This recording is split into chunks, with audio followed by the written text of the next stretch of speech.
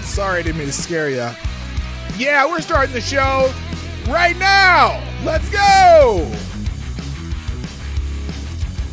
All right. Happy Monday, everybody. It's Metal Monday on the Morning Night Live. Why am I yelling? Well, because the music's too damn loud. How about I turn that down a little bit? How you doing today? I'm going to stop yelling because the music's a little louder and quieter. Not much, but you know, it's Metal Monday. I hope you're all having a wonderful day. Share the stream. As you can see, I pinned that, but I'm going to take that away.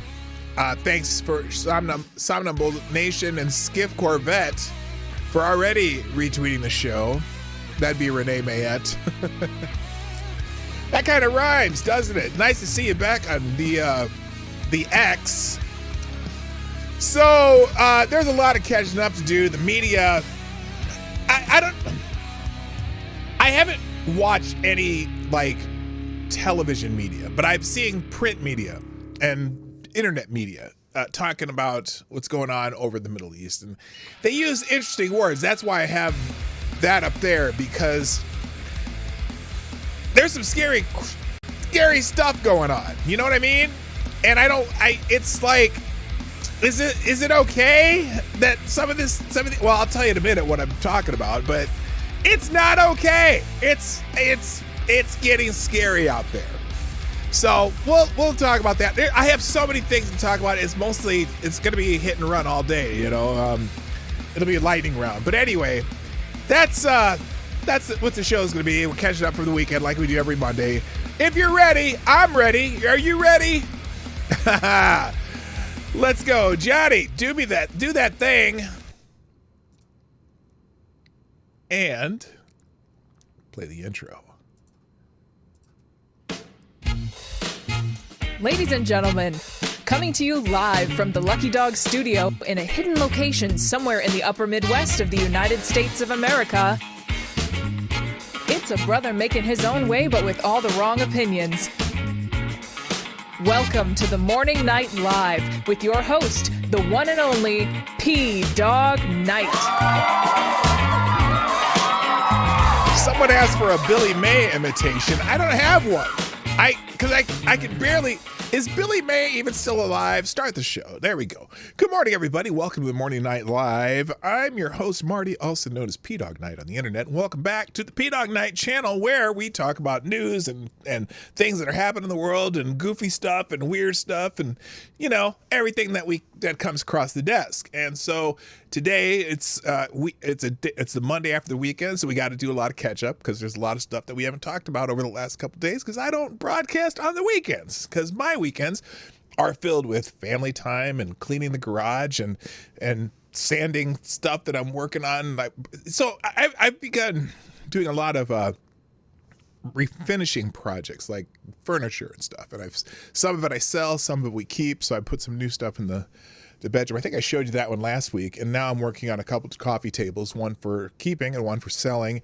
And also I had to clean the garage this weekend because Lady Boomer likes to park at the garage in the winter because, frost, right? LOL, JK, Marty doesn't have the Minnesota accent. No, I don't really. I didn't grow up in Minnesota. Although I catch myself, I know this is totally, I saw the chat and I'm strayed from what I was talking about. So I grew up in Nebraska, and one thing about Omaha in particular, except for a couple words that Omahans say weird, like across. When you come across something, people from Omaha say come across with a T in the end. But other than that, a lot of, at least back in the day, a lot of national media people used to come to Omaha to learn to get rid of their accents because Omaha basically had a real real generic American English accent. And so that's why I don't sound like I'm from Minnesota. But every once in a while, I catch myself saying something like boat instead of boat because I've been here for so long. And that's not a boot like a Canadian would say about, but a boat. That's how Minnesotans say boat. And it's boat. It's not a boat. And then one of the funny ones too that I always make fun of my wife for saying is when you have a bag, like a bag of groceries or a brown paper bag, most Minnesotans say bag, like a long A for bag. And I almost said it there. See what I did? I almost said it. I did kind of do it. It's bag, hat, cat, rat, bag, same vowel. But I make fun of Minnesotans, but most Minnesotans say big. I'm gonna put it in a bag. I just like, come on, it's not a bag, it's a bag. And we used to have, in fact, in college there was a girl, Maureen, our friend Mo. Oh my gosh, we just to give her such a hard time about saying bag, and we'd like Mo hat. She'd say hat. Cat. She'd say cat. Bag. Big. It was hilarious. Anyway, so there you go. So anyway, my weekend was cleaning the garage, and I got to go see the grandbaby this weekend, because the greatest son-in-law on the planet.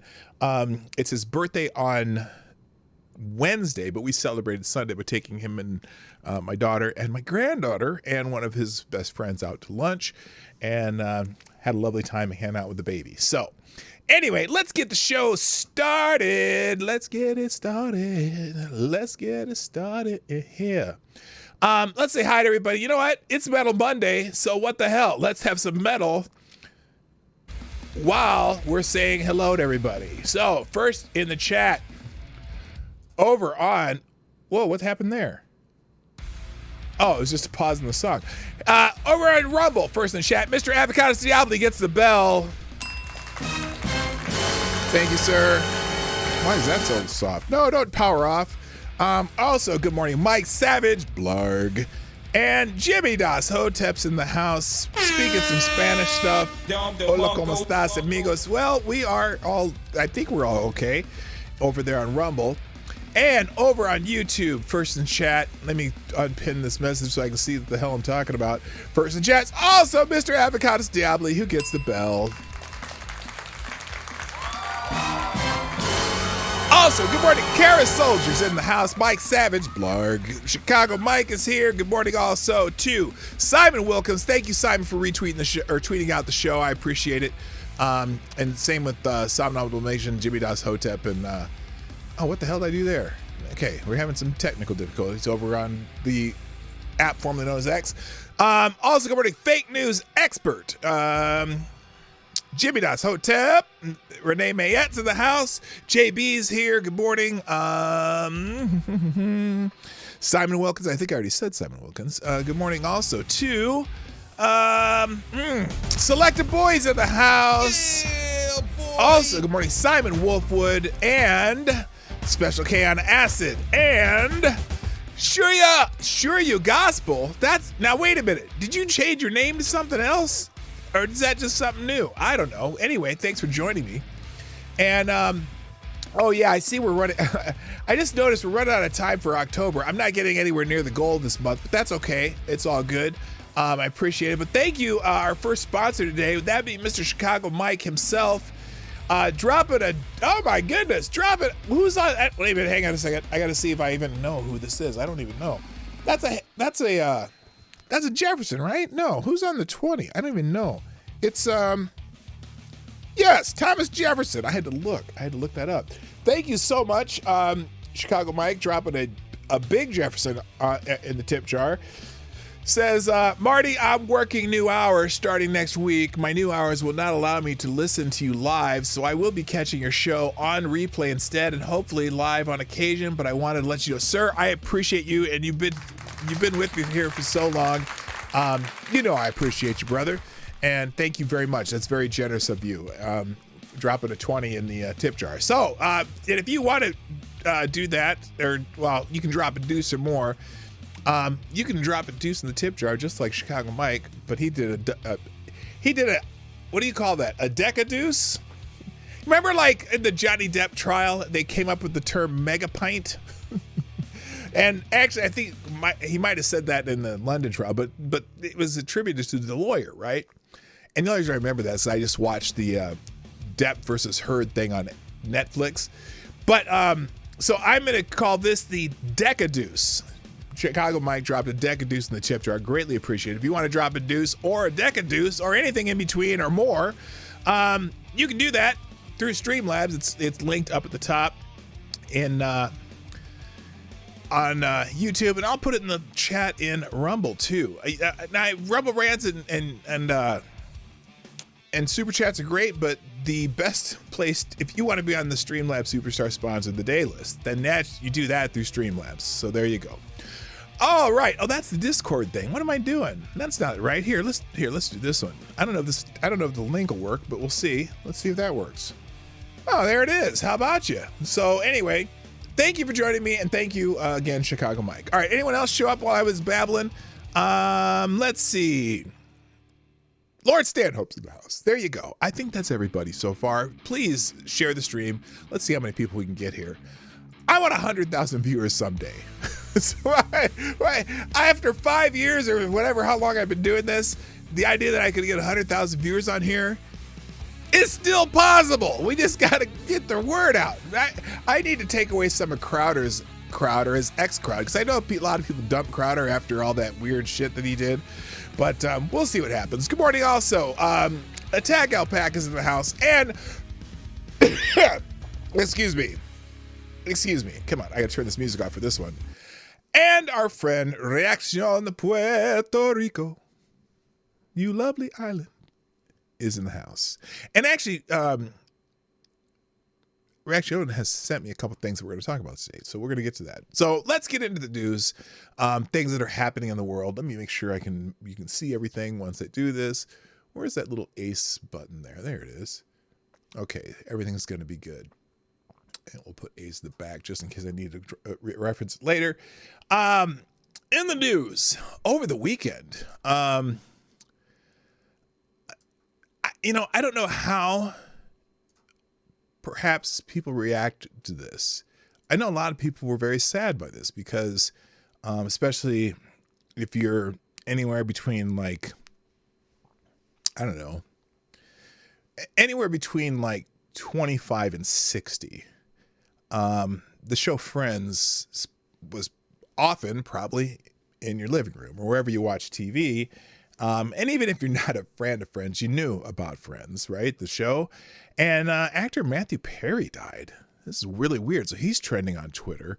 Let's see.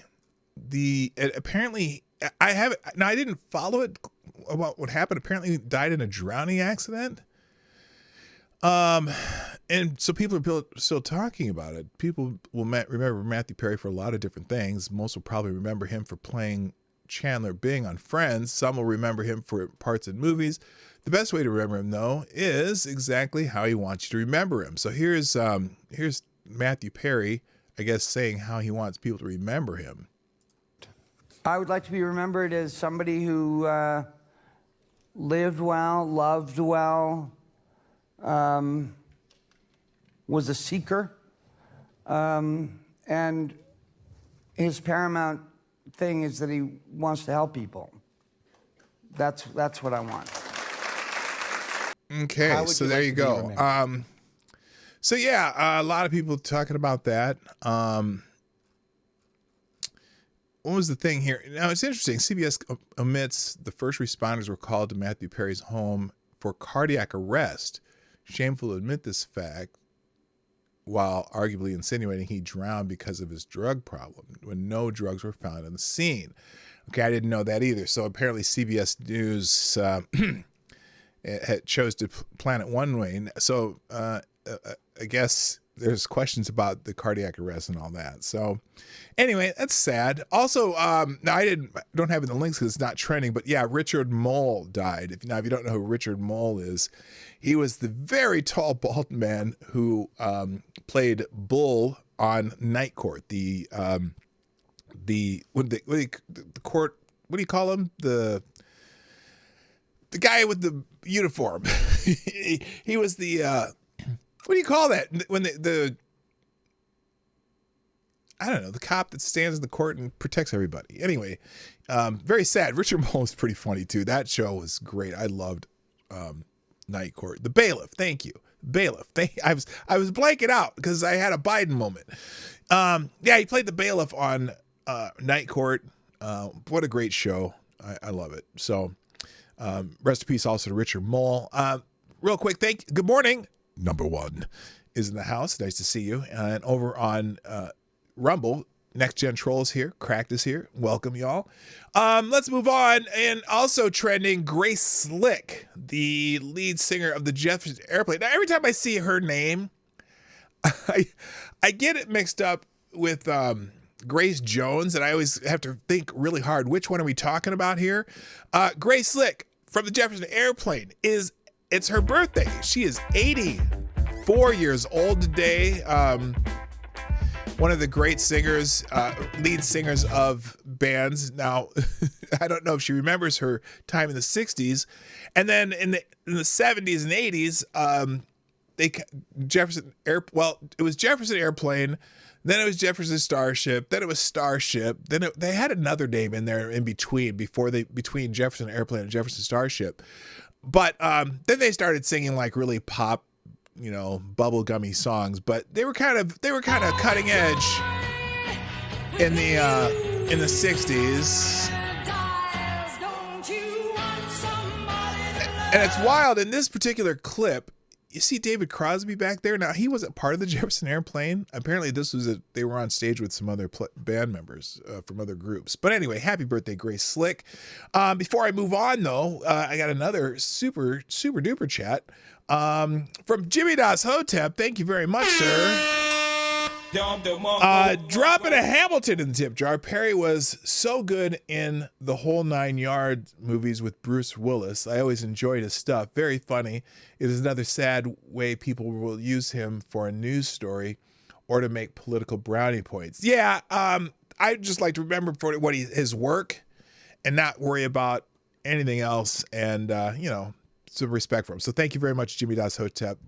Dropping a Hamilton. Nice job. I love it. Thank you very much, sir. All right. Also in the news is Henry Winkler, the Fonz. Now, I guess I should ask first before I call him the Fonz. Is there anyone here who never really saw Henry Winkler as the Fonz? Because he's also fairly ubiquitous actor in certain, and not in very good movies since, but he was the coach. He was the coach in one of the greatest films, I would say, of all time, The Waterboy, with Adam Sandler. He was brilliant as the coach in The Waterboy. But anyway, it's also Henry Winkler's birthday. He's 78. So Grace Slick, 84. Henry Winkler, 78. It's weird because I don't know that if I was going to ask which one was older just off the top of my head, Henry Winkler or Grace Slick, I would have guessed Henry Winkler, but probably because I've seen Henry Winkler as an old man. He's still acting. Whereas Grace Slick, I have this, she kind of disappeared after she started turning old because she just stopped, doing the thing. So, but yeah, but happy birthday, Henry Winkler. All right. Next thing on the list that's trending. Water sucks, Gatorade's better. Well, not the movie, though, The Waterboy. That is a great movie. Yes, Grace Slick is 84 years old. Isn't that weird? I mean, feeling pretty old there. So anyway, I mean, I was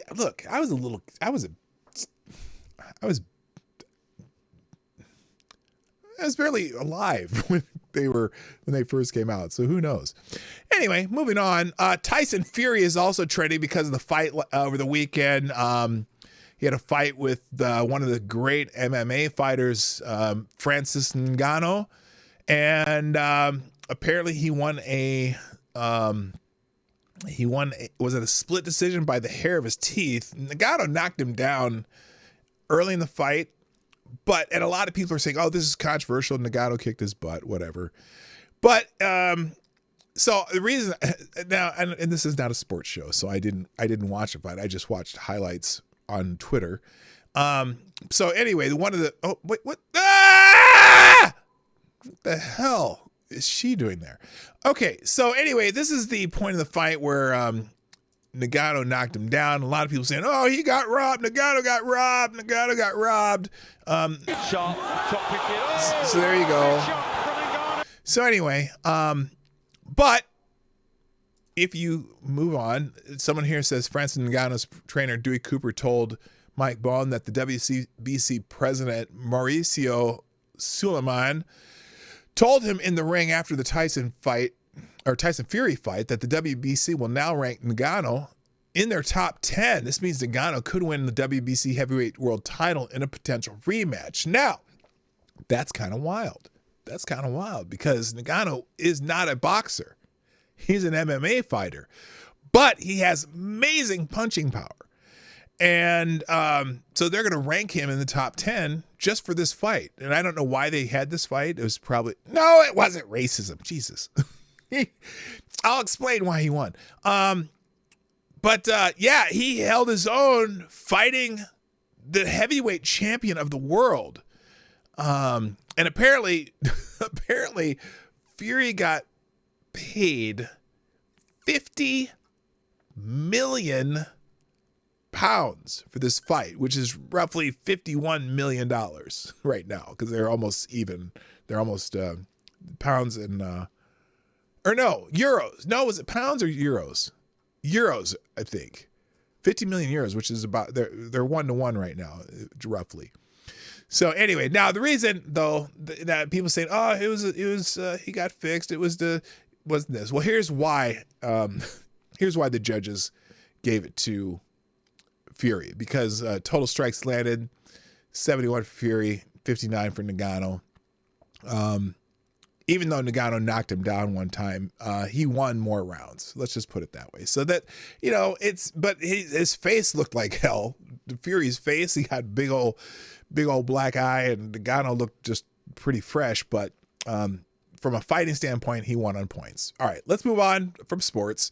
Also training Halloween, because obviously Halloween's tomorrow. So I'm not going to scroll down because I'm afraid I might see some sexy costumes that are inappropriate. In fact, I'm going to shut this off for a second. Just let me scroll down. How long is it going to take me to find a sexy costume or less? Let's see. I'm scrolling. It took me 3 seconds. Oh, that's not even a Halloween costume. She's not naked, but still. Okay, there we go. There's one that's inappropriate. It doesn't take long to people showing off their humps. Okay, moving on. And it's not even hump day yet. Hump day is not till Wednesday. All right, also trending. Ceasefire now. We've been talking a lot about the conflict over in Israel / Gaza / West Bank. And there's a whole bunch of people protesting for Israel to cease fire. Again, I know we say it often, but we're in the find out stage. And right now, Israel is, they actually have finally, I believe, begun their incursion into Gaza, and they're destroying, what they're doing is they're targeting tunnel systems, and they're destroying the tunnels that the billions of dollars of aid that goes to Gaza turns into tunnels and rockets. So people saying, keep tweeting about ceasefire now. Roughly 1.4 million people in Gaza have been displaced in just 19 days. Those who have been displaced are sheltering in places of worship, hospitals, schools, and temporary shelters. Well, and the problem is Hamas bases themselves out of those schools and whatever. Mike says, Mike, how you doing? Mike, welcome. Biden doesn't want Israel to do a ceasefire. That's the main thing. Biden and Israel are working together. Beautiful thing to see. Are we on the same page here, Mike? Holy shit. See? Sometimes people do come together. No, you know what? Again, it's the find out stage. Hamas fucked around, and now it's time for them to find out. And I don't like people dying. I don't like innocent people getting caught in this. And so I agree with the people who say free Palestine. I really do. Free Palestine from Hamas, because one of the statements I heard the other day that made the most sense to me, if Israel laid down their weapons and decided never to attack again, every Jew in Israel would be killed. If the Palestinians, through their leaders, put their weapons down and never, fought again, there would be peace in the Middle East and people would be fine. So that's my, I tend to endorse that philosophy. Good morning, Ercole DiStefano. How you doing? Welcome. So, if Israel stopped fighting, there it is. That's the one. I didn't even know this is, I scrolled and didn't even see this. If Israel stopped fighting, wait a minute. Oh, this is the other way around. That is the complete opposite of the truth. If Israel stops fighting, there will be peace. Really? Were they fighting on October 7th? Were they fighting on October 7th? That's just an unbelievably false statement. That is an unbelievably false statement. Any moron, holy shit, that is stupid. Let's see, let's answer that in real time. What date was it? Was it October 7th or October 10th? Was Israel fighting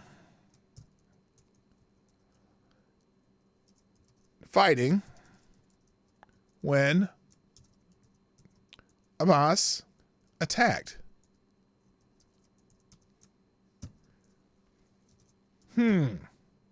There, live,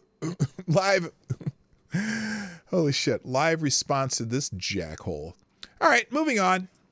Also trending. Not trending, but I don't know if I showed this on Friday, but I want to show it now. This is an author and media personality in Saudi Arabia, Rawaf Al-Sain. And here's what he thinks about the Palestinians and their cause. I was surprised. I've gotten this from a few other people who sent this to me. I think Jimmy Das. No. Reaction Puerto Rico sent me this. And an Imam of Peace is not the only person who's posted this, but thank you, Reaction Puerto Rico. Listen to this. Oh, I'm sorry. I forgot. This is in Arabic. So rather than, I'll just take this off and just read it out loud as we go. And this is what he's saying. There is nothing Saudi Arabia didn't give you. Hang on. It even established a state for you, King Fahd, 1982-2005, when President Reagan asked him to finance the Contra rebel groups. And he said, one turn deserves another. He said, give me a Palestinian state. Here, let me go back.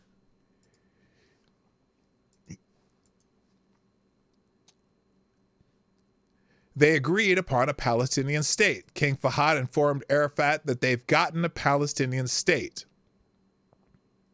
Arafat ran away and agreed to meet King Fahd. Only 10 years after all of this, Arafat wasn't interested in a Palestinian state. None of you want a Palestinian state since you have no case, no country, no land. This land belongs to Israel. According to the Quran, and you are displaced peoples, scattered from all over, Mongols, Turkmens, Circassians, Armenians, Gypsies. You have nothing in Palestine. Palestine is the state of Israel, for the people of Israel, and the people of Israel, just so you'll know, the people of Israel are the sons of Isaac, and we Arabs are the sons of Ishmael. Isaac and Ishmael were brothers, and their father was Abraham. That makes them our cousins. But I'm sorry. Some of this goes by fast. But where did you come from? How are you a part of all of this? You were scattered originally, Gypsies, Mongols, Turkmens, Circassians, Romans. Good Lord. Leftovers of other people. How are you a part of this? How are you a part of us? The people of Israel live in their land, but you have no land and have no case. Don't try to fool us. and about the Al-Aqsa Mosque, there's no such thing as Al-Aqsa. There's only Al-Quds, Jerusalem. The Al-Aqsa Mosque mentioned in the Quran is located in Jarana, 29 kilometers from the city of Taif. He's giving a history lesson. There were two mosques there, Al-Aqsa, the further, and the Al-Adna, the closer. Your Al-Aqsa Mosque was built by Hisham in the year 682 AD. How could Muhammad visit a structure which is built in the year, in the year 682? 6 years after Muhammad died. See, that's what they say. They say the Al-Aqsa Mosque. They keep saying that that it's supposedly the third holiest site in Islam that Muhammad visited there, except it was built long after Muhammad had died. Anyway, why are you trying to fool? Who are you trying to fool? You Palestinians. You are not Arabs. You have no land and no case. The land belongs to Israel, and the case is the case of Israel. Back then, Israeli prime ministers Yitzhak Shamir, Rabin, Sharon, Golda Meir,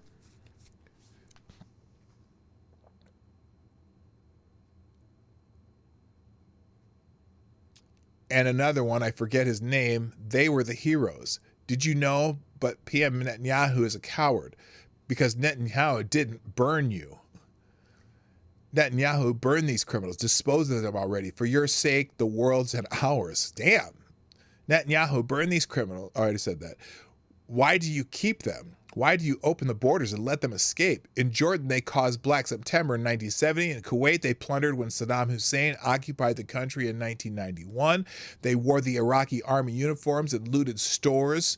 They kept on being mean and despicable. It's part of their education and who they are. If you're a man, Netanyahu, why not do the world a favor and get rid of it? This is harsh. May God curse you and curse even Netanyahu for not getting rid of you. Because Netanyahu throw you a life preserver. He's the only one who's supposed to torment you and dispose the world of your evil deeds. You Palestinians are evil in every country you set foot on. Pure evil and no dissent man amongst you. Decent man, I think he meant to say. I'm willing to spend the night with a Jew and not a Palestinian. I'm willing to host a Jew in my house and give him food and water and a bed to sleep in and not let a Palestinian enter my house. Thank you and goodbye. So, damn, that thing from Friday or whatever movie that was.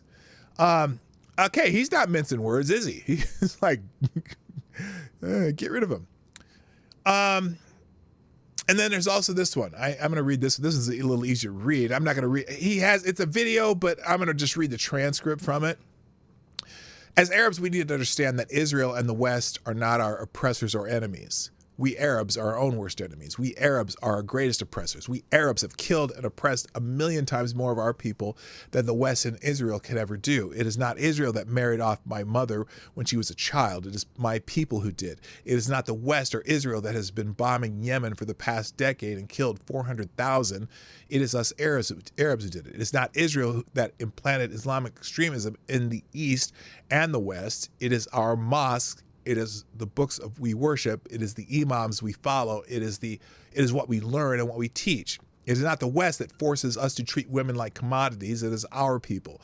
And most of all, it is not the West or Israel that doesn't value Arab lives. It is us, Arabs, who do not value human life. If we do not admit to ourselves that we are the problem and that we are refusing progress and that we need to change, then change will never happen. Blood will keep flowing and we will never know peace. How do we expect the world and the international community to respect us when we don't respect ourselves? Well, the problem is there's a lot of Americans and left-wing protesters who are, and people who think that you have to worry about the oppressed. And so you got to choose which side is the most oppressed. And then you go on their side, no matter how awful of deeds they commit. And that's where we are right now. and we have protesters in the street in the United States saying "Free Palestine" and carrying Palestinian flags for Israel protecting themselves. So it's crazy. It's crazy. Good morning, Brent Hayes. Good morning, Nomads in the house. Stop. Hammer time. And Don Julio, Gulf City Biker and Trash Man. How you doing this morning? All right, moving on. I got to go quick because I got to get a lot in a little time. Now this is not related at all. Well, no, I'll skip this. I'll come back to this because this is a wild story, and then I want to make sure I get to this though because Reaction sent me this one too, but I'll get to that in a second. Now, this account Imshin has been posting a whole lot about the what do they call it? The open air prison that is Gaza. Okay, the open air prison. In fact, I'm gonna open a link to that person's account because they've been showing a lot of the open air prison in Gaza. And so here's here's a post from today where Motas Azaiza posted his visit to a Gaza supermarket on TikTok 15 hours ago. He is shopping for wet wipes, toilet paper, and marshmallows. Kellogg cornflakes and other cereals can be seen on the shelves. So this is him trying to. He's in the open air prison in Gaza, and he is out shopping. Materials in the market. You know, just some toilet paper. Okay, maybe that's could be enough for a month. I don't know. God help us.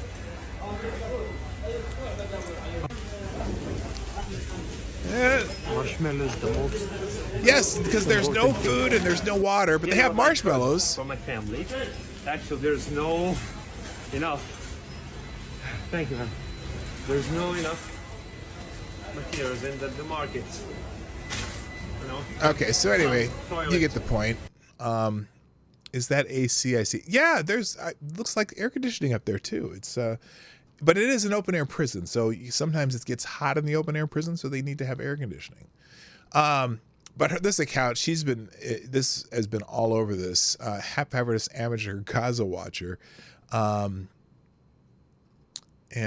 main claim to fame appearing on Hamas Twitter hit list because they don't want you to see Hamas wealth in Gaza. So, what is the Gaza you don't see is the hashtag. If you follow this, in fact, here's another example. So this is apparently this is a flower shop. This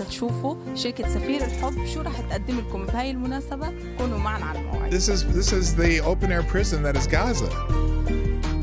Oh my gosh. Where are the guard towers? Oh, and they have a mall in the open air prison. How nice. And a flower shop. Oh, with love and handing out flowers. It's a lovely place. Oh, look at this supermarket look at all those pears and grapes. Oh, these open air prisons are just awful. It's awful. Oh, look how brutal. They have a cheese counter at the open air market, and they're giving them flowers. Oh, she's so sweet. She's handing out flowers to people. This open air prison is just. I am very stressed. It's big. It stresses me out looking at the open air prison. Anyway, I mean, she has multiple examples of how the open air prison is so brutal. So I left a link to that account. You can see it. All right.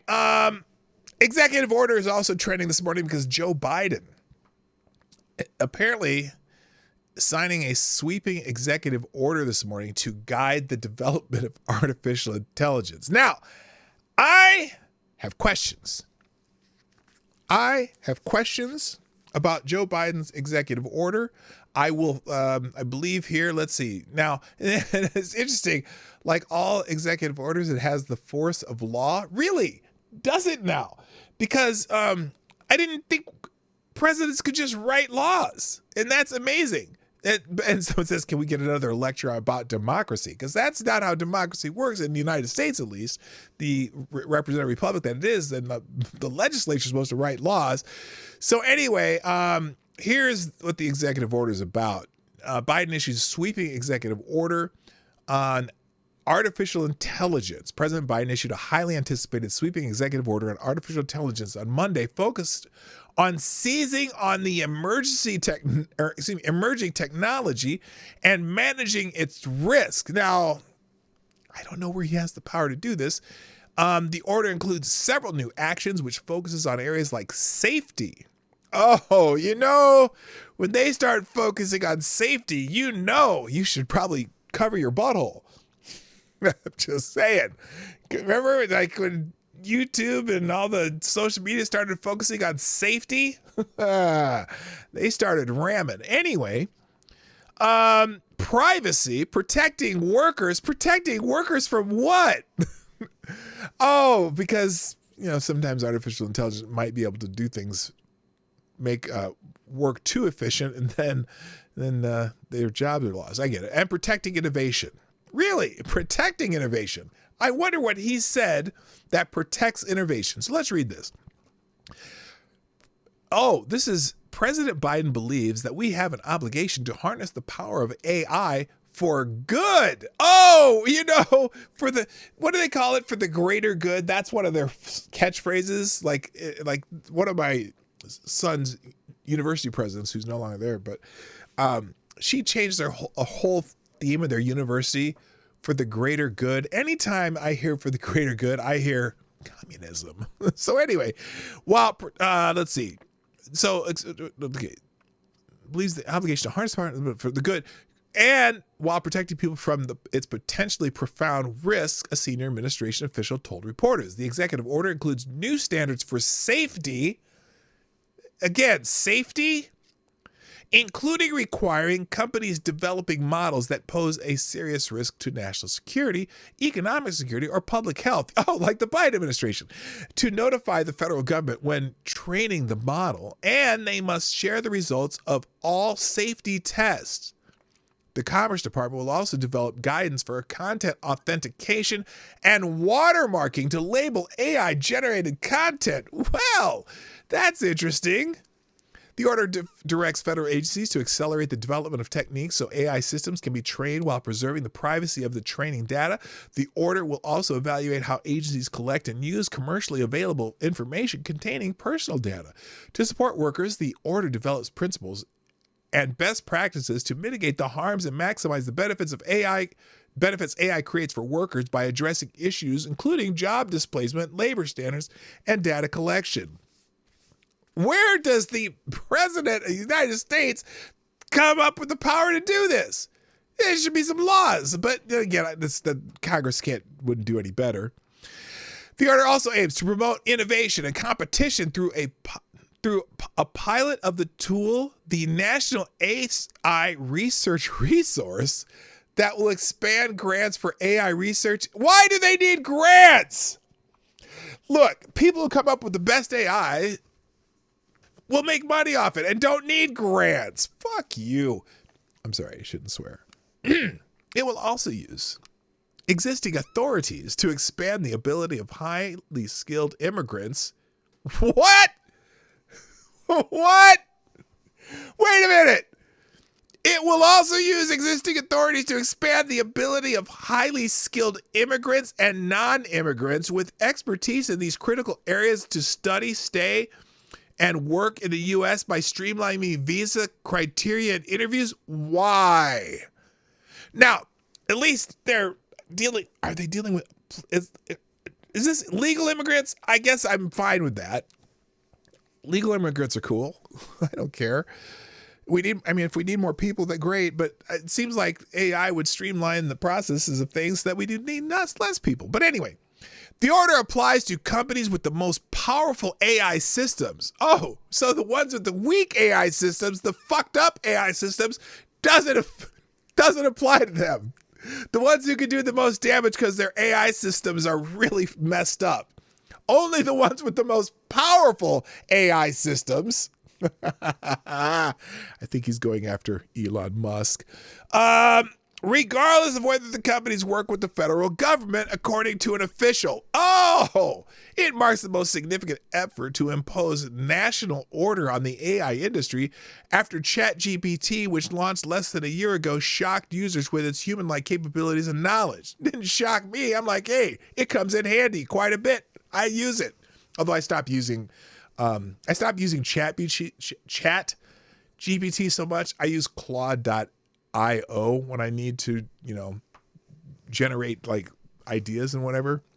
But I use it as an idea generating tool, and just to enhance like what I do, like on some of my other stuff. But anyway, the executive order aims to have the U.S. lead the way on AI and advance American leadership globally on the emerging technology. Vice President Harris is traveling to the United Kingdom on Tuesday to give a speech on the U.S. vision for AI. Well, thank God Vice President Harris is on the job. The border czar, and what is the other thing she's doing? I made fun of it because it's like, what about what happened to the border stuff? Anyway, she's got all kinds of like jobs, but I have no idea what she's doing in any of them. Let's see. Officials argue that the U.S. is not behind Europe in regulating AI. Okay, well, if officials are arguing that, then we must be behind Europe on regulating AI. And Jesus. I don't want to emulate anything that Europe does. Okay, let's just figure out how we are going to do things and not worry about what Europe does, because Europe does some shit that I ain't happy about. Okay, they're all about regulating speech over in Europe, and I'm not ready for that here. So there's a whole lot of things that Europe does that I don't want to do. F off. Okay. I don't think we're in a race. I don't think we're playing catch up. The official said I would push back on any notion that we are behind anyone. But at the end, I think this is an opportunity to work together on AI governance. Oh my God. All of your AI belong to us. That's what he's basically saying. I don't particularly see any amount of tension between the United States and Europe on this. Why are they worried about that? I don't care. I don't care if they've got regulations too. The order focuses on advancing equity. Equity. Run. The order focuses on advancing equity and civil rights by providing guidance to. Wait a minute. Providing guidance to landlords. What does this have to do with AI? Federal benefits programs, and federal contractors to keep AI algorithms from exacerbating discrimination. Oh, are people using AI for background checks and finding out that some people have bad credit? I don't know. Maybe. Including, wait a minute. And it aims to develop a set of best practices for AI use on the criminal justice system, including sentencing, parole and probation, surveillance, crime forecasting, and forensic analysis. So we're getting a Minority Report area here. Oh my goodness. President Biden is rolling out the strongest set of actions any government in the world has ever taken on AI safety. That means everyone else is going to be fucking with us.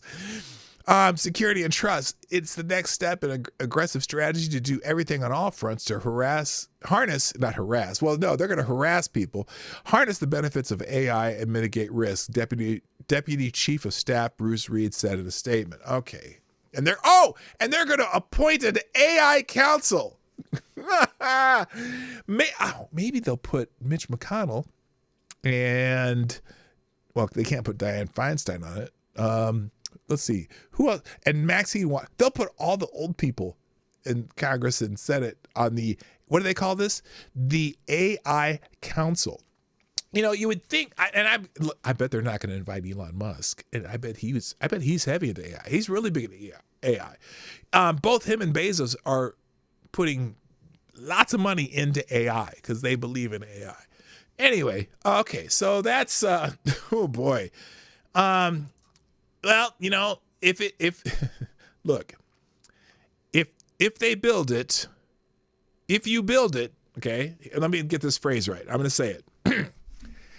If you build it, they will regulate it. Okay, there you go. A little Field of Dreams there for you. Thank you, Catherine, over on Rumble, dropping a 5 in the Rumble rants. Thank you for very much for sponsoring the show, Catherine. It says another excuse for Crooked Joe to divert money once again from our tax dollars to illegal immigrants under the guise of AI. Well, you know, that's probably a little bit accurate. Maybe they will keep her. Oh, good God. Oh my God. All I see over here is blowjobs, hand jobs, rim jobs. What the hell? Oh, I mentioned Kamala Harris. Okay. Yes, thank you, Catherine. I'm having a good stream. Nice to have you over there. All right, enough about that. I'm running out of time and I got a shit ton to go through. All right, I'm going to go to this story that Reaction on Puerto Rico sent me. And if I don't get through the show today, let me just tell you what's in well, I'll go through headlines after this story, but there's a whole bunch of stuff about Israel. And because, well, not necessarily Israel itself, but the things that are being caused by this conflict in Israel. And then there's just a whole lot of other stories that I'm probably not going to get to. But there's going to be a ton of stuff in the links. So at the end of the show, I drop all these links into onto a single page, and you get one link. It's called the one tab link, and I put it in the chat on both Rumble and YouTube at the end of the show during the outro. I'll put it in the description of both shows on YouTube and Rumble. It'll be on the Discord. It'll be so if you want to see what you would have heard today, you can go there. But and everything we've done so far will be there too. So just every day I do that. I just always like to remind you.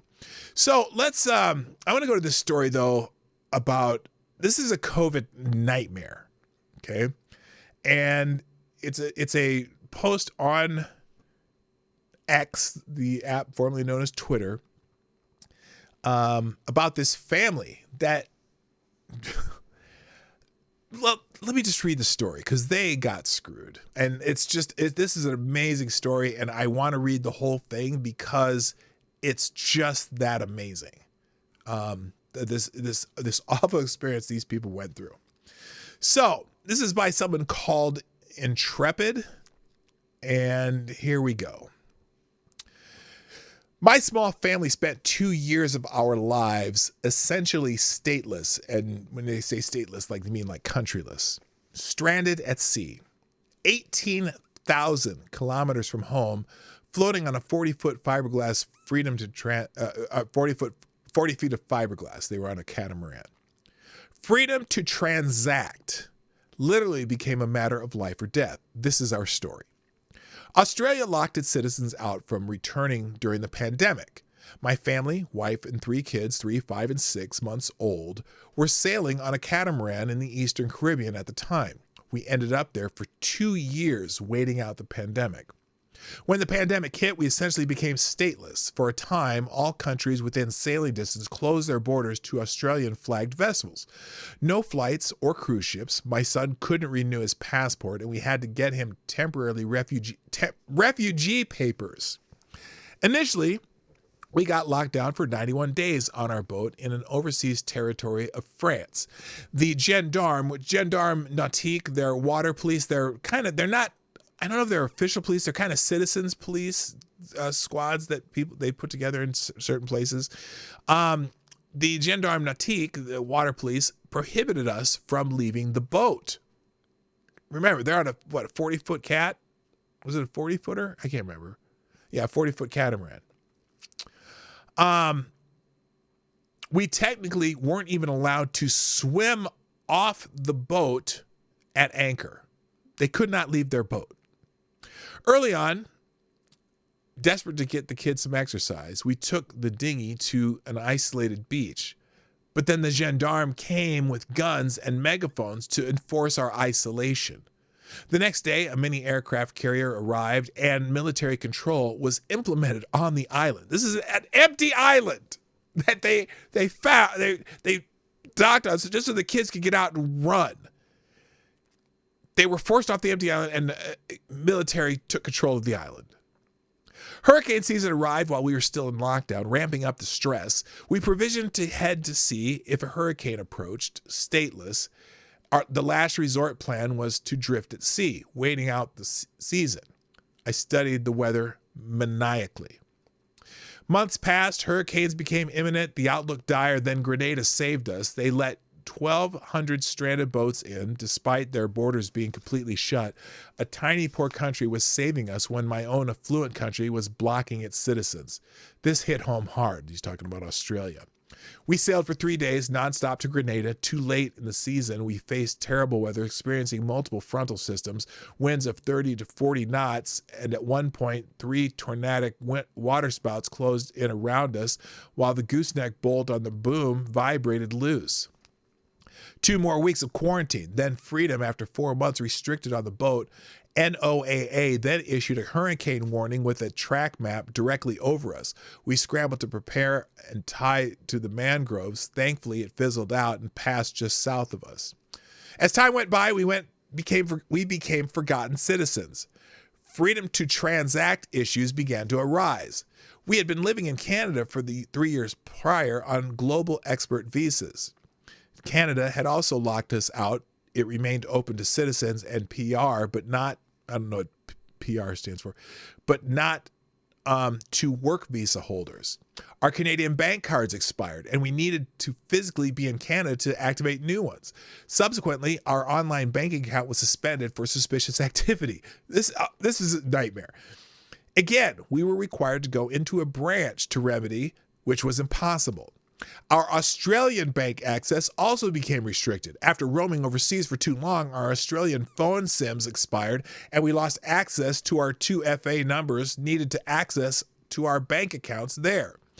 To obtain a new SIM, we needed to provide government-approved ID and activate from within Australia. Again, the familiar response was, well, come into the bank and we can sort this out. Loss of freedom of movement essentially led to a loss of freedom to transact. Fortunately, we had access to family who could help us out, and the bank agreed, after much pleading over the phone, to accept a phone number of a family member for our 2FA. But the lesson was clear. Without freedom to transact, you have very limited options to sustain life. The Australian government had also placed a level 4 travel ban on the entire world for its citizens, previously reserved only for war zones. This immediately rendered both our travel and health insurance policies void due to exemption clauses for travel to level 4 areas. The Panama Canal then shut to vessels under 80 feet. So they couldn't even go through the Panama Canal. And so began 2 often stressful years at sea. 18,000 kilometers from home, reliant on the benevolence of small foreign countries to provide the very shelter that our own country refused to render. In this crazy chapter of our lives, we faced numerous challenges, yet savored incredible family experiences. Chiseled by the stress, we entered a heightened state of existence, ultimately transforming it into the most extraordinary time of our lives. Navigating through immense technical and geopolitical intricacies, we journeyed using little more than wind across 15 countries and territories during the pandemic. With the absence of cruise ships, flights, the Caribbean's remote tranquility echoed the serenity of the 1950s. Sailing into endless sunsets, dolphins playfully surfed our bow's wake. As the stars emerged in the evening sky, we saw numerous volcanic islands materialize on the horizon and explored untouched jungles and secluded waterfalls. We spent time with the kids, wildlife spotting for monkeys, iguanas, bird colonies, exploring volcanic landscapes, relaxing in hot springs, swimming and diving over the reef with turtles and schools of fish, just enjoying the sea and each other as we watched the kids grow up. Endless hours at the beach meeting other stranded families from all over the world with vastly different backgrounds, but ultimately a shared story, a common experience to bond us together. We ran our own renewable power system, solar and wind, into a lithium bank. We made our own water via a small desalination unit, caught our own fish, drank rum punch, and watched the green flash from more remote beaches than one could expect to see in 10 lifetimes. Not all roses, obviously. The flip side was the challenges of raising a baby girl and 2 boys, including doing homeschool in a confined space, coming up to speed under duress, as landlubbers with the realities of sailing, navigation, weather routing, and all boat systems. Constantly working on the seemingly infinite list of boat maintenance jobs, endless time spent provisioning and looking for parts, fitting in the time to work remotely to keep us alive financially, dragging anchor in midnight squalls, having other boats drag around you, enduring sleep deprivation from anchor alarms and a breastfeeding infant. We somehow persevered on multi-day sails without access to additional crew, testing our limits.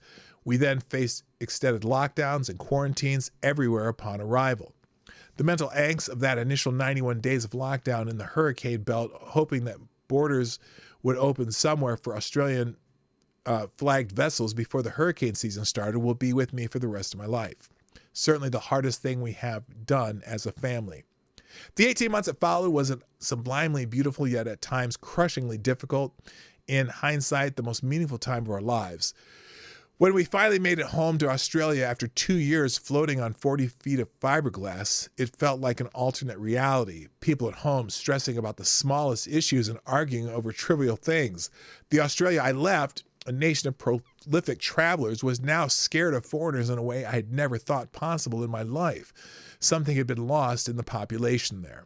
They had their own lockdown trauma. In a bizarre way, being stranded at sea liberated us from it. Forged by circumstance and enmeshed into the physical world around us, our preconceived boundaries of what was possible in life, physically and emotionally, had been removed. Yet in other ways, it led to a kind of PTSD reintegrating into society. Everyone took for granted simple freedoms like freedom of movement, freedom to always be able to return to your home country, and the freedom to transact. We knew firsthand how fragile it all was. I held back releasing ocean work or even the story as I needed time to process the experience. After 2 years of being back on land, I created an Intrepid Ocean series to attempt to work through these thoughts and emotions. The experience highlighted the fragility of the global norms and governance systems we take for granted. Now, after 3 years back in Australia, we are heading back to our boat in the Caribbean to finish what we started. The kids are now 4, 10, and 8 and 10. So here we are again on the precipice about to jump off to find out who we truly are as individuals and as a family. So why would you go on a cruise like this pregnant or just having had a baby? Well, I don't know. I mean, they're sailors. It's a 40-foot catamaran, and you take your kids with you. You can't leave them at home, and who knows why they did that. But that certainly wasn't their plan for COVID to happen. So anyway, that's a brutal story. All right, let's go through just some headlines. I'm not going to get to the stories, but in Russia, apparently a mob of people stormed an airport because a flight from Tel Aviv was coming in, and they wanted to search for Jewish people. An airport in Russia, in the Republic of Dagestan, was stormed on Sunday by an angry mob waving Palestinian flags in search of Jewish refugees, quote unquote, amid rumors of a plane arriving from Israel. Hordes of young men shouting Allahu Akbar and waving Palestinian flags rampaged through the airport of Makakala. I'm sorry, I butchered that word. And they were looking for Jews. And there's videos in this story, and it's pretty disturbing. But for example, here's one where apparently they found one, and the lynch mob, which stormed the airport at Dagestan, Russia, to search for Jews as a plane was landing from Tel Aviv, has found its first suspected Jew. He tells them he's Uzbek, but they don't believe him. Take his passport, search his phone. So this is kind of the scene. Like he's telling they're Uzbek, but he speaks a different language because he was born in a different part. And they took his passport. They want to take his phone.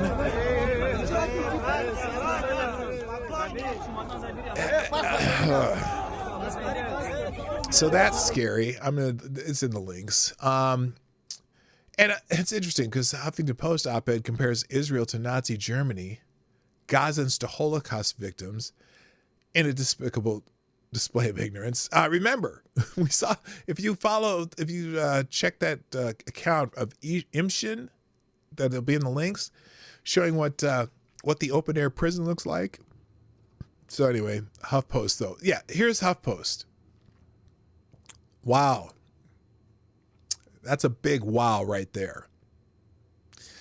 There's also an article, if you really, however much you hate the media, these 7 moments in Israel coverage prove it's not enough. They include the New York Times posting of the hospital where they posted a story about the hospital bombing and then showed a different building that was bombed. That's one on the list.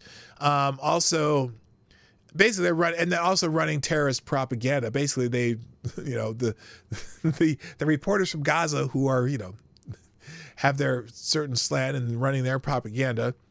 Uncritically citing the Gaza Health Ministry for the so-called 500 that died, that didn't die. The ridiculous debate over whether babies were beheaded or not. Refusing to call Hamas terrorists, we'll get to that.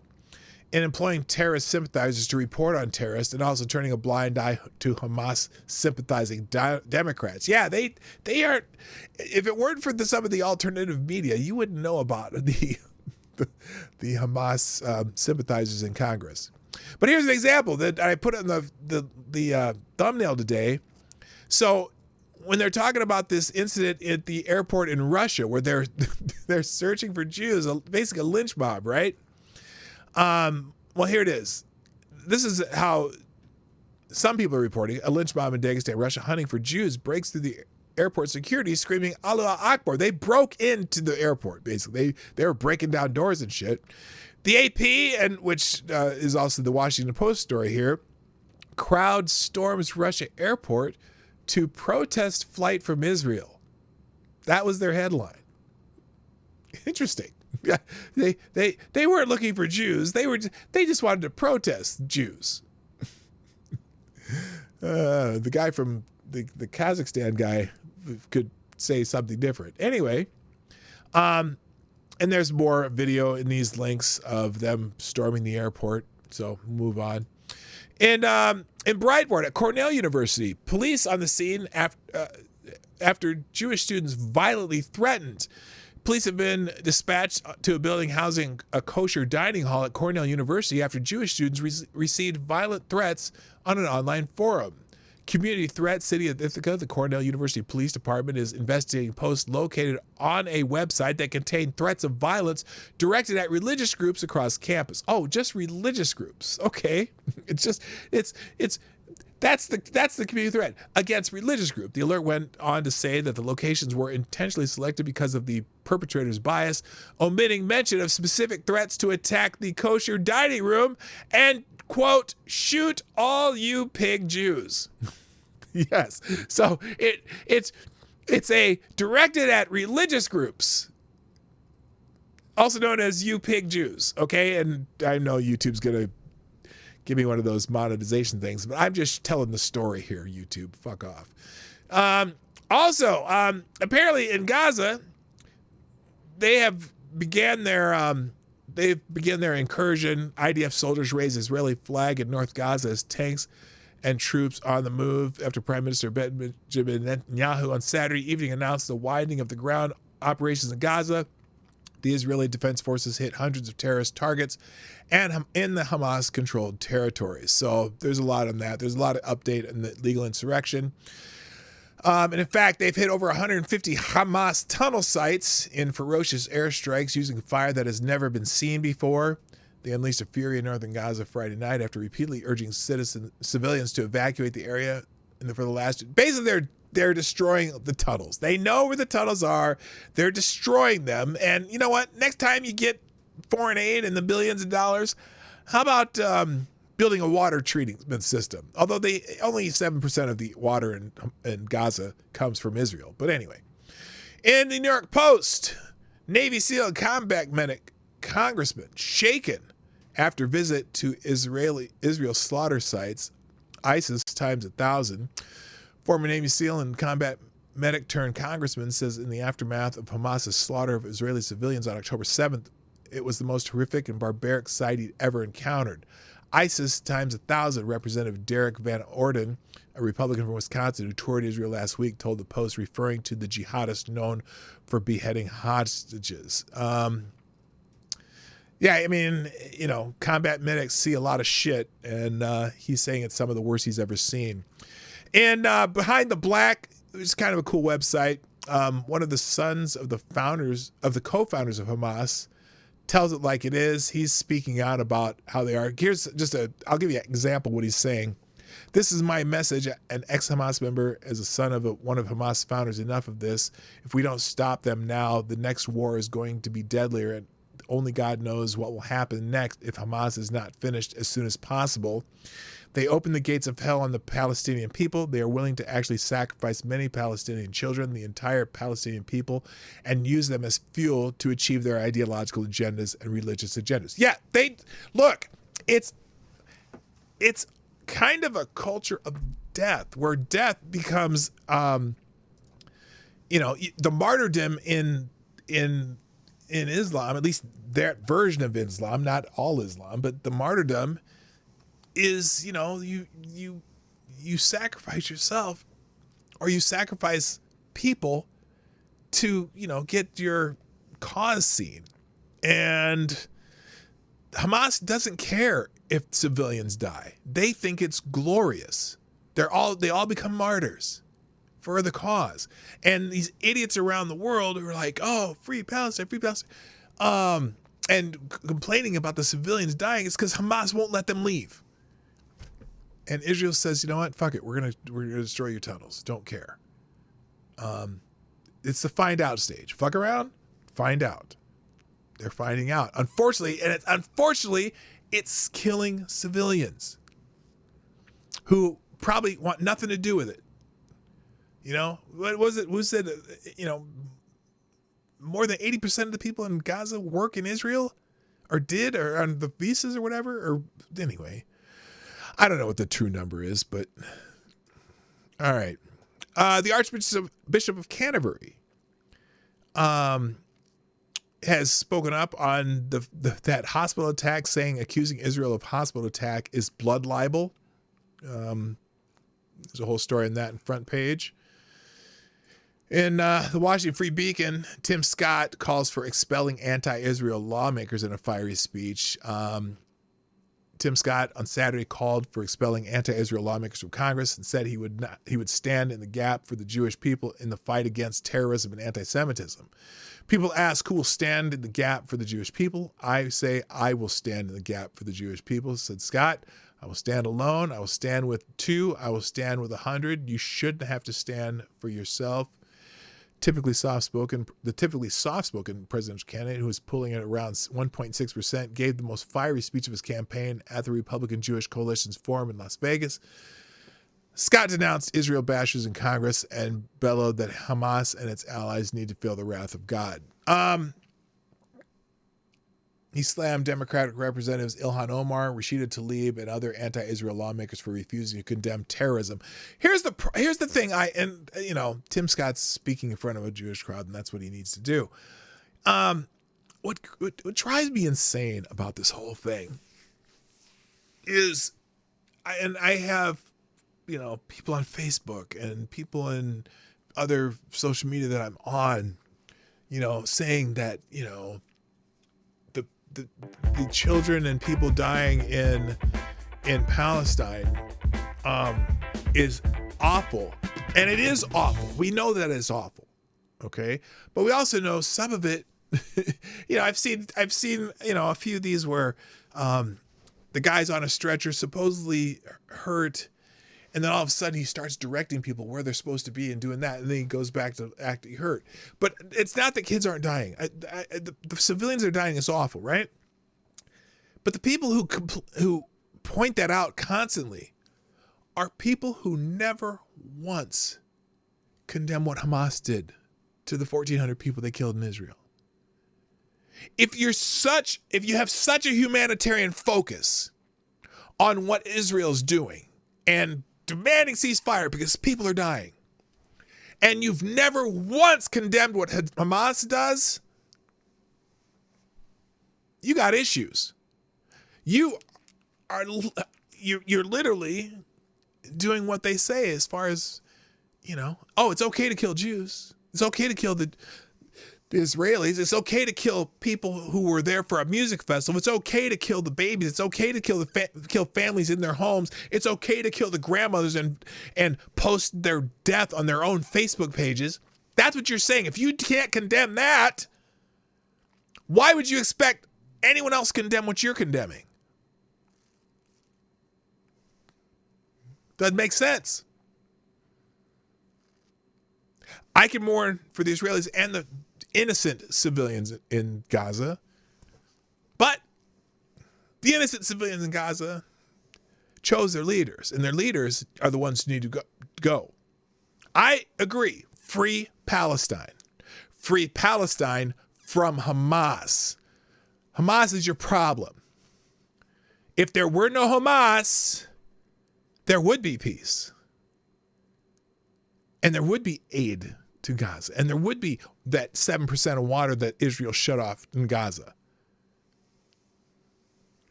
Because there was no attack. The Israelis were not fighting when Hamas attacked. There was a fragile peace. And Hamas decided to flare it up again, hoping to get the world on their side. And they kind of got a lot of fucking idiots on their side. More than the people who had nothing to do with this. But it is find out time. Sorry. Thank you, Jason, dropping a Hamilton in the tip jar for the cause. Well, I appreciate for filling up the cause. Yeah, my goal for October is pretty light there, but that's okay. I appreciate every dollar you all provide me with. It's awesome that it's awesome that I even get $10 for doing this. So thank you so much, Jason. I appreciate you. I never did mention though, Chicago Mike, you are the new Streamlabs Superstar sponsor of the day. Thank you, Chicago Mike. All right, let me just get through the other headlines and I gotta go. In legal insurrection, over 100 colleges and universities, but no Ivy League schools, form a coalition to stand with Israel against Hamas. Oh my gosh, I am shocked. Unbelievable. Noteworthy that no Ivy League schools are included. It seems like the vast majority are smaller religious schools, murdering innocent civilians, including babies and children, raping women, and taking the elderly hostages, are not the actions of political disagreement, but the actions of hate and terrorism. That's a strong statement. But of course, Harvard, Stanford, Pennsylvania, U of Penn are not on there. Some of the schools I can't really see on here. You'd have to open this picture to see the list, but 100 schools, we stand together with Israel against Hamas. And notice, did you see what the sentence says? Shut up, alarm. The sentence says, with Israel against Hamas, not against the Palestinian people, because that's not who Israel wants to hurt. Against Hamas. So, very good. In Washington Free Beacon, Biden State Department won't fire notorious anti-Semite Foreign Service officer, an outspoken anti-Semite who maintained a blog that states Jews are the enemies of God and the children of the devil, has faced no professional repercussions as the State Department diplomat. Communications obtained by the Washington Free Beacon reveal. Fritz Bergeron first caught the attention of the State Department officials in February 2021 after reports surfaced that he ran a blog that includes posts claiming that Jesus Christ came to save the world from the Jews. They who are the seed of the serpent, that brood of vipers. At the time, Bergeron worked as a Foreign Service officer for the State Department division that oversaw special immigrant visas for Afghans. Wow! I'm surprised they allowed a Christian into the State Department, although he seems to be a little bit of a nut job, if you ask me. So anyway, and Chuck Grassley is the one who has a little bit of an inquiry about him, but the State Department is not going to get rid of him yet. He's a fairly notorious anti-Semitic Foreign Service officer. How about that? I know you can't see the screen because I didn't put it up there. There we go. Fritz Bergeron. Wow. In the National Post, Michael Cohen's testimony against Trump wasn't the slam dunk the media thought it was. Testimony given by Michael Cohen against his former boss, Donald Trump, this week does not appear to be the slam dunk the corporate media thinks it was. Cohen was expected to corroborate accusations made by New York Attorney General Letitia James, alleging former President Trump instructed aides in the Trump organization to produce false estimates for the value of his properties. Once on the stand and under oath, however, Cohen proved unable to corroborate in any meaningful way. Cohen actually admitted that he had never been instructed by Trump to inflate the former president's finances or the value of Mar-a-Lago in an effort to defraud lenders. Trump attorney Clifford Roberts directly asked Cohen, quote, "Trump did not ask you to inflate the numbers on his personal statement, correct?" End quote, to which Cohen responded, "Correct." Oh! Michael Cohen. That's not good. That doesn't help Letitia James. Interesting. You can read more on that. And Breitbart, Katyal. Likely Trump will be jailed for violating gag order. Former acting Solicitor General Neil Katyal on Sundays on MSNBC's Inside that it was likely former President Donald Trump would be jailed for violating a gag order. He said there are two different gag orders. One, Trump has already violated, the one in New York State, in which he has now been fined twice. And then there's the swarm that you're talking about, the federal level with Jack Smith, and that one has been put on a pause. They paused that. So he started talking shit about him, and now he's saying, oh, he'll probably be jailed for doing the gag order. Well, I guess we'll just see. And, of course, it was an interview with Jen Psaki. Who cares? In Federalist, there's an article, Georgia DA offers nothing burger plea deals to build parade of witnesses for later show trials. We talked about, I'm way ahead of the Federalists on this one. What do you think we talked about last week, Federalist? These little sweetheart deals that these people are basically saving themselves from bankruptcy because that's what they're trying to do. They're threatening to prosecute these people so far that they would go bankrupt. They can be bankrupt or they can take a plea deal and have 6 months probation and some community service. So they took it, and she's hoping to have this parade of witnesses. You know what would be hilarious? What would be hilarious is all these people took plea deals, came in and testified in a favorable way for Donald Trump just to piss her off. That'd be hilarious. But who knows what's going to happen in that case. And the IRS leaker who stole Trump's tax returns gets a slap on the wrist from the DOJ. We talked about this before. Let's see. Charles Littlejohn did leak the tax returns of Donald Trump. And let's see, where's the charges? The charges carry a maximum penalty of 5 years in prison, and prosecutors quickly announced a plea deal recommending that Littlejohn serve 8 to 14 months in prison and pay a fine of up to $40,000. Now, the judge will have to approve that plea agreement. Sentencing is scheduled on January 29th. 2024. Why is it scheduled for January 29th, 2024? Are they hoping people will forget about this shit? Holy shit. So that was the plea deal. They're recommending like what? 1/5 of the or 1/4 of the sentence be served and a $40,000 fine. It'll be interesting to see what this judge does if he gives him even less than that. I wouldn't be shocked. Depends on who the judge is, I suppose. Anyway, in PJ Media, 10 mass shootings since Lewiston that you didn't hear about. There's mass shootings all over places in in places where we don't like to talk about, but neither does the media. You can get caught up on here in PJ Media. In the Daily Wire, Mayor explains party switch to the GOP, says Dems won't admit violent crime is an issue. So this mayor, Dallas Mayor Eric Johnson, blasted the Democratic Party just weeks after jumping ship for being weak on violent crime and attempting to defund the police. Good for him.